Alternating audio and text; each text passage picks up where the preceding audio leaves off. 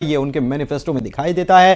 विजय शर्मा ने यह भी कहा कि कांग्रेस धर्म के आधार पर आरक्षण देना चाहती है, इससे जरूरतमंद लोगों का हक मारा जाएगा। डिप्टी सीएम ने यह भी कहा कि विरासत टैक्स कांग्रेस का एक गलत एजेंडा है। भारतीय समाज व्यवस्था दूसरे देशों से अलग है, सभी को एक तराजू में नहीं तौला जा सकता।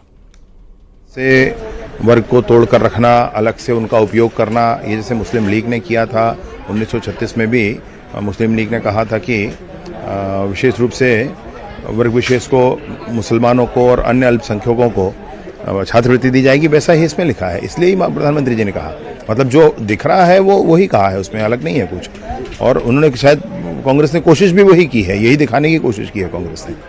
वही तो बात है, मतलब ये है कि आज तक अभी आरक्षण जो है वो जाति के आधार पर है। जाति की व्यवस्था बीच के समय में आ गई और उसको आज देश में मान्यता नहीं है। और पीएम मोदी के न्यूज 18 को दिए इंटरव्यू पर कांग्रेस के प्रवक्ता सुशील आनंद शुक्ल ने भी बयान दे डाला और आरोप लगाया कि बीजेपी तो आरक्षण की विरोधी है। बीजेपी अगर आरक्षण के पक्ष में है तो छत्तीसगढ़ में संशोधन विधेयक लागू करके दिखाए। कांग्रेस के मैनिफेस्टो में मुस्लिम लीग की छाप पर कांग्रेस प्रवक्ता ने कहा कि हार के डर से बीजेपी घबराई हुई है और इसलिए ऐसी बातें कर रहे हैं। सुशील आनंद शुक्ल ने कहा कि कांग्रेस कभी भी विरासत टैक्स के पक्ष में नहीं रही। पत्र में कहां पर मुस्लिम लीग की छाप है? महिलाओं को 1 लाख रुपए सालाना देना मुस्लिम लीग की छाप होती है। युवाओं को 30 लाख युवाओं को रोजगार देना या फिर मजदूरों की मजदूरी 200 से 4 करना मुस्लिम लीग की छाप है।